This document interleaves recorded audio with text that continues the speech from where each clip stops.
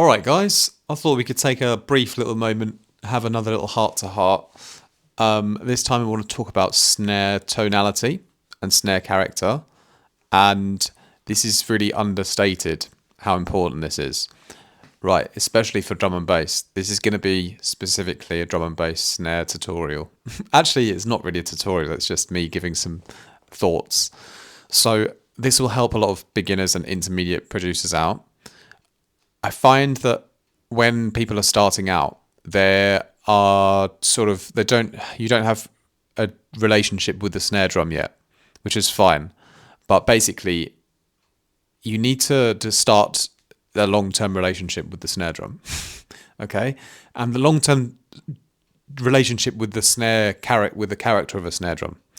You need to treat it like it's your wife. You need to start knowing everything about it so that you know how to get the most from it. You know, you want to get the most from the relationship. So you want to know everything there is to know. Okay. So when producers start out, it's like they're picking a snare drum because they need one. That's kind of the vibe that I get. You know, it's like I'm picking a snare because I need one. What type of snare would work? That's the sort of mindset. It's like, is this snare going to be good? Is this snare going to be okay? It's almost like a bit of there's almost a bit of fear involved.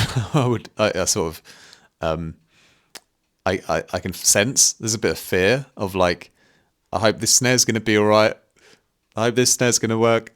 That's not the way to approach it. You have to be, you have to be super, tasteful with picking a snare.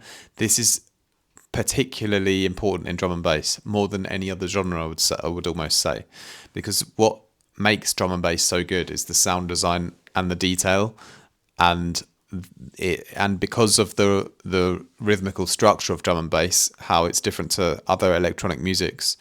You know, it's not 4/4. The only way you can actually always, you know, match drum and bass, like when you're DJing, when you're beat matching, is to the snare. Is, you know, typically in the main like sense of drum and bass, like with most tracks, like it's the snare that keeps the beat always. The kick is doing, you know, offbeat stuff, like in a two-step pattern, obviously, but it's the snare that's following like a 4/4 pattern almost, you know. So the snare is always the simple rhythm to follow. And that's why when you're mixing, you sort of mix to the snare often. So because that places a lot of emphasis on the snare, because every time you're waiting for that snare, that means it's sort of the sound that is almost the most important sound character-wise in the whole song. All right, so having just like a rough idea for what kind of snare you want and like hoping it fits with the rest of the track is not good enough, really, because it almost needs to be the pinnacle of the character and sound design of the song, because it's the focal element of the whole groove. So what you need to do when you develop a relationship with the snare drum is you need to start analyzing all of the possible subtle micro nuances that you physically can hear and detect within each snare drum that you've preview, that you trial. So you can start forming a language about it almost. You know, you need to go that in detail with it. You need to be thinking like in terms of, okay, the snare's got a certain brightness to it or a darkness to it. It's got a certain inbuilt punch to it. It's got a punch at a sort of lower frequency, lower range in the frequency spectrum, or it's a bit more poppy. It's got more of a poppier, higher punch to it. It's got a really like high quality air to the snare. There's like a high quality sort of sheen in the high end. I'm just giving you examples of like how you could describe snare drums so that you know what you're looking for. It's a rim shot. It's not really a snare, but it is kind of a snare, isn't it? It's a rim shot. You know, it's just the way the snare's been played. You can also sort of think like, where's the snare been hit on? If it's a real snare, like where have they hit the snare on the snare drum? Is it like bang in the middle? It's a lot of like tonality and resonance coming from it, Or is it like closer to the edge? It's like a bit more higher pitched almost. It's like a little bit tighter. Or is it like closer to the rim? Is it like with a rim shot as well? Other things. How natural or organic does it sound? Is it like a like more of a Foley sounding, real life kind of snare sound, or is it more of a like synthetic kind of drum machine kind of snare sound? Is it a snare? It's like Guess Who. Is it a snare that has a long tail, with a lot of white noise? Is it a snare that sounds like a bit more? It's got a heavy metal edge, like a bit of a sort of sharp like pitch and tone that leans into like a metal. Is it a snare that's like super organic and you can't quite determine whether it's an actual snare drum or a rim shot? It's sort of somewhere in the middle. Is it like a woodblock kind of sound? Is it like a click? Is it a clap? Has it been layered up already? How much character is already in this one snare sample that I'm previewing? Does it need more? Is the depth on it okay? Do I need to improve the depth on it? So there's so many questions that you can ask yourself when you're thinking about a snare drum, right? When you're just analysing the sound of a snare. That's just like the ones that came to the top of my head, but there's probably a lot more if I've really sat down and thought of other language to think about a snare drum, right? So that already shows you how deep the rabbit hole goes. And so I like saying that a lot recently, how deep I feel like Morpheus. So really then the goal is to develop this real, I don't want to get like lovey-dovey,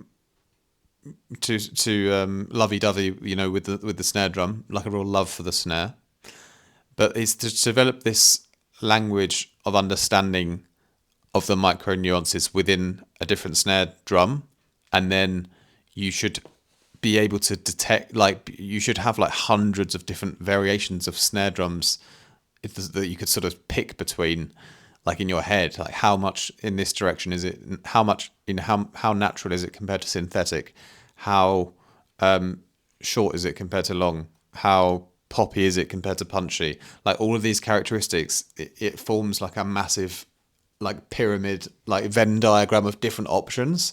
And then you want to be picking like where in that sort of Venn diagram of all of the kind of different characteristics a snare drum could have, you want yours to be. And then that is how you can sort of base your whole track timbrally around that snare. Okay. So tonality and character with the snare drum is super high importance in drum and bass, particularly because you hear it so much and so often and everything's bouncing off of it, essentially. Like the character better be really, really perfect. You don't have to like have a snare that keeps changing with variation to keep it interesting, like in some grandiose way where it always changes. You just need that main snare to be like absolutely the best pick for that track. You can have like subtle variations in that main snare, but you don't need to like switch out completely to different snare drums to keep things interesting. You just need that one snare that's actually like the perfect fit for that song. So it can come like two ways usually. Like you could be designing a song, already got basses in, already got vocals in, already got leads in, and then you pick in the perfect match for the snare that will go with them. Or you could be designing a track from scratch, starting with the drums and picking like a cool snare character to begin with, and then kind of choosing a bass and choosing some leads that fit naturally with that snare, fit with the tonality of it, like fit with the texture of it and fit with the pitch of it, So it's how the snare's character, texture and pitch bounces off of your other like mid-range elements, like your basses, your leads, your vocals. Like how do they all interact? That is like what gives rise to that enjoyable tonality across the whole track. So you've got to just make sure that that's there. And like I mentioned, it doesn't matter which way, if you start with a snare or start with the other elements, but at some point you've got to get the combo to work, So that's really, really of high importance, that the character and the tonality of the snare is the best that you can possibly pick. And It's difficult when you're starting out. So by the way, if you still struggle to like find out, you know, what actual snare characters fits with your song, in my one-on-one mentorship sessions, I sometimes will go through with a client and just let them know like this snare is a great character that works very well with what you've got. This one clearly doesn't. It's a sort of thing that, you know, I can help you choose a little bit so you're kind of in the right ballpark, you know. So that's something that is always on the table for you. Links for my mentorship are down below.